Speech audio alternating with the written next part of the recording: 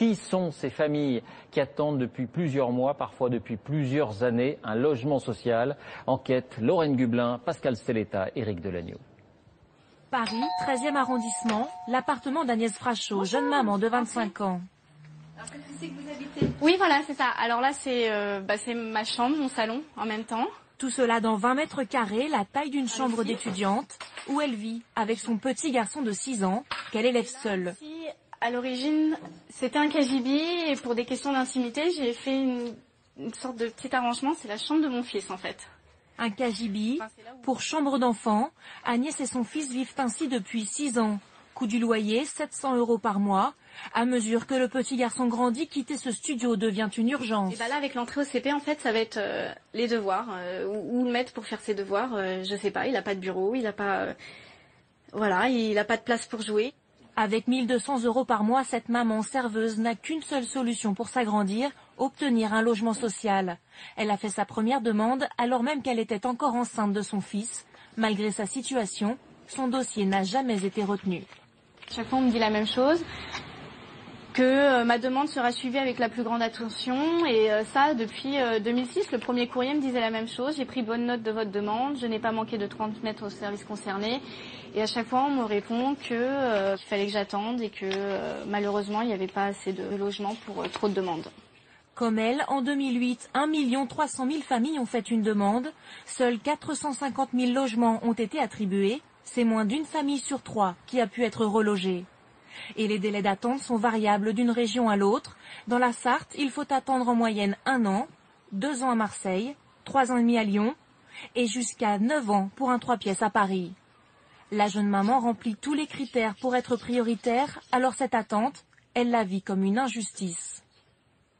Je suis fâchée parce que j'estime que j'y ai le droit et je comprends pas comment on ne peut pas répondre à ma demande alors qu'il y a plein de gens qui n'ont pas forcément besoin et qui on répond et voilà. La majorité des logements sociaux sont aujourd'hui attribués aux foyers gagnant moins de 1 000 € par mois. Les familles monoparentales et immigrées y sont surreprésentées. Adopté. Nous passons à l'article additionnel après l'article 4A avec un amendement numéro 274 qui nous est présenté par Madame Maréchal Le Pen et Monsieur Collard. Oui, Monsieur le Président, Madame la Ministre, chers collègues, l'amendement que je présente avec Monsieur Collard a pour objet d'inscrire le principe de priorité nationale et subsidiairement de priorité européenne dans les grands principes de la politique du logement social. Il ne s'agit pas ici d'exclure les étrangers, mais de faire en sorte qu'un ordre de priorité soit donné dans des modalités d'attribution, commençant logiquement par les nationaux, surtout en période de crise. La pénurie de logements s'explique sur le long terme par des évolutions sociologiques lourdes qui ont créé des besoins nouveaux. Éclatement des familles, développement des structures monoparentales, allongement de la durée de vie ou encore accroissement global de la population. Mais il s'agit là de données rigides sur lesquelles il n'est pas possible d'agir. En revanche, il existe une variable centrale dans l'économie du logement social qui n'est jamais évoquée, c'est celle de l'immigration. Dans le contexte d'un pays ayant largement ouvert ses frontières et faisant bénéficier aux étrangers issus de pays à faible niveau de vie des mêmes droits sociaux que les nationaux, l'offre crée toujours sa propre demande. Elle fournit aux candidats à l'exil une nouvelle raison de franchir le pas, tandis que les différences de revenus avec les nationaux rendent les étrangers mécaniquement prioritaires. Dans un pays où les 2 tiers des ménages sont éligibles au logement social, cela crée un effet d'éviction fort au détriment de nos compatriotes. La crise du logement n'est donc pas tant une crise de l'offre qu'une crise de la demande. En d'autres termes, on aura beau bétonner toute la France, on ne logera pas toute la misère du monde. Dans la mesure où il n'est pas question de restreindre la capacité de logements sociaux offertes, il convient donc d'inscrire le principe de priorité nationale dans les objectifs des politiques d'attribution des logements sociaux. Je vous remercie. Merci. Avis de la Commission, Madame la rapporteure. La Commission a émis un avis défavorable. Avis du Gouvernement, Madame la Ministre. L'avis du Gouvernement est défavorable. Merci. Je mets aux voix l'amendement 274 qui fait l'objet d'un avis défavorable de la Commission, défavorable du Gouvernement. Qui est pour son adoption? Qui est contre? Il est rejeté. L'amendement 275, Monsieur Collard.